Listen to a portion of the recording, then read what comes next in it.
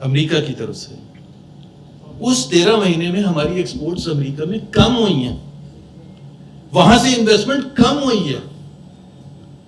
تو پھر کوشچن تو اٹھے گا نا کہ بھائی فائدہ کیا, وہ جو روز بولتا ہے کھڑے ہو کے, وہ بھی پاگل آدمی کہ جی پاکستان بڑا زبردست پاکستان ہو رہا ہے. What benefit are the people of Pakistan getting?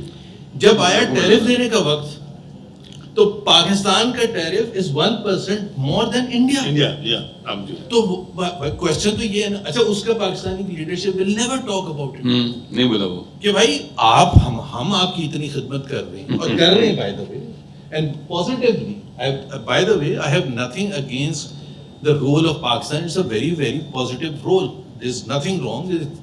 اتنے بڑا ایک ایشو ہے اس پر پاکستان ایک بہت کنٹریبیوٹ کر رہے ہیں, but it must convert to the benefit of the people of Pakistan. If it doesn't convert, Pakistan played a crucial role Soviet Union کی disintegration میں.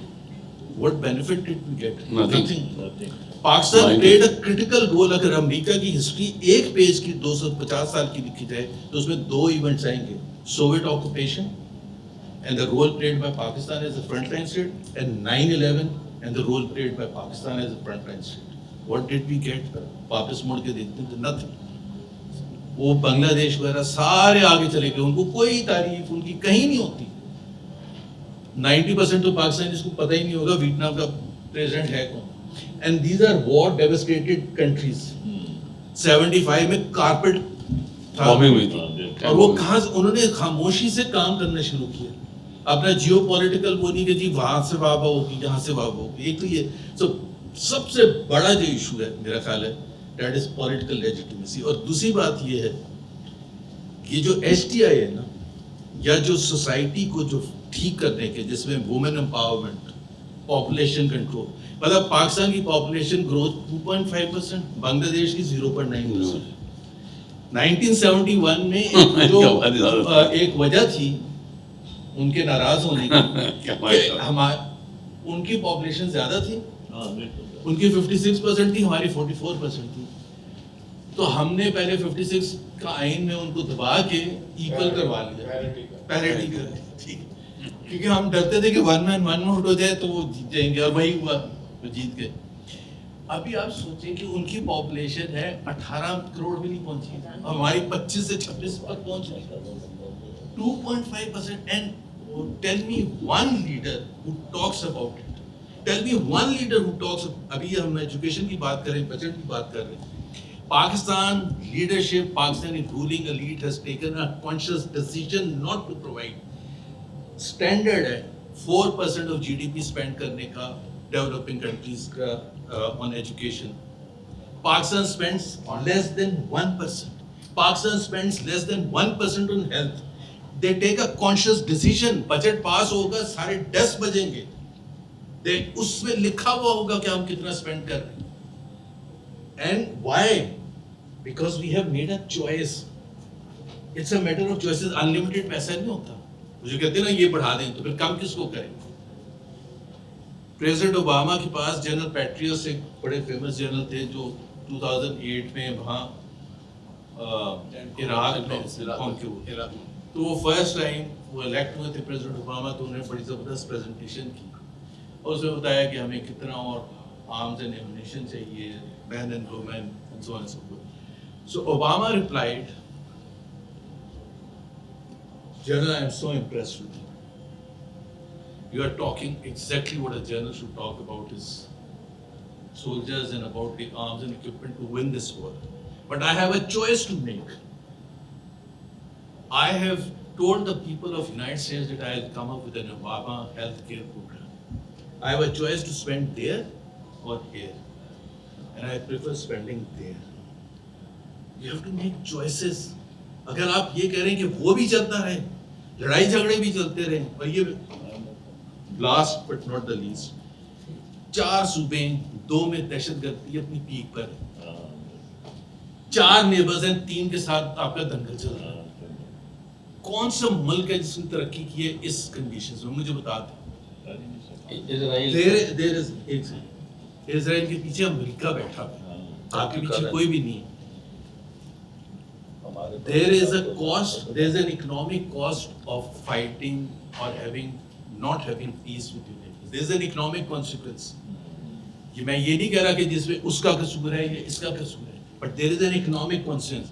آپ واگا بارڈر کے ادھر سے 30 روپے کا ٹماٹر لے لیں یا آپ میکسیکو کا سے 300 کا منگوا لیں. That is your choice. میرے آپ کے گھر وہ 300 کو ہے 600 کو ہے, ایک زبردست کھانا بنے گا, لیکن کروڑوں پاکستانیوں کے لیے کھانا ہی نہیں بنے گا. That is the cost that we are paying and that we should realize. اب جب یہ میں اس لیے کہہ رہا ہوں کہ انہوں نے ایک بڑی اچھی بات کی تھی, the entire system has to be dismantled. Absolutely, because the ruling elite will never let you. میں ان کی نیت پر بالکل بھی نہیں کہہ رہا کہ جی ان کی نیت خراب ہے, ان کی نیت بالکل سب کی اچھی ہے. But why would they give up the perks and privileges that go with what they have? Why would they go up? Why would they go? ایک میں ایگزامپل ویسے آپ اپنے آپ کو ایلیٹ میں نہیں سمجھتے. میں سمجھتا ہوں بالکل بالکل کہہ رہا ہوں اپنے آپ, لیکن میں یہ ضرور کہنا چاہتا ہوں, اچھا نہیں لگتا اپنی بات کرتے ہوئے. میرے پاس بھی چوائس تھی, میں آج حکومت میں بھی ہو سکتا تھا. بٹ آپ why do you think Miftah Ismail came on this side? تھوڑا سا بھی اگر کوئی پڑھا لکھا ہوگا تو وہ تھوڑا سا چیلنج کرنا شروع کرے گا. واٹ از دس یار, عوام کا کب وقت آئے گا؟ وہ دادو میں اور سانگڑ میں جو بیٹھا ہوا ہے وہ تو کہہ رہا ہے 75 سال سے تو میرا بچہ اسکول ہی نہیں گیا, اس کی کب باری آئے گی؟ اور آپ مجھے کہہ رہے ہیں کہ جی دیکھیں پریزیڈنٹ ٹرمپ نے کتنی تعریف کر دی, میرے لیے 2 وقت کی روٹی نہیں ہے اور آپ اس سے خوش ہو رہے ہیں کہ وہاں ریڈ کارپٹ بچھا. What are the choices we made? ہم نے ذکر نہیں کیا 8 فروری 2022 کی جی چینج آ گیا تھا, چینج کو روک لیا گیا. جی well thank you very much. تو آپ نے کہا تھا کہ میں تھوڑا سا نہیں, میں وہاں پہ آپ نے کہا 8 فروری 2022 کو چینج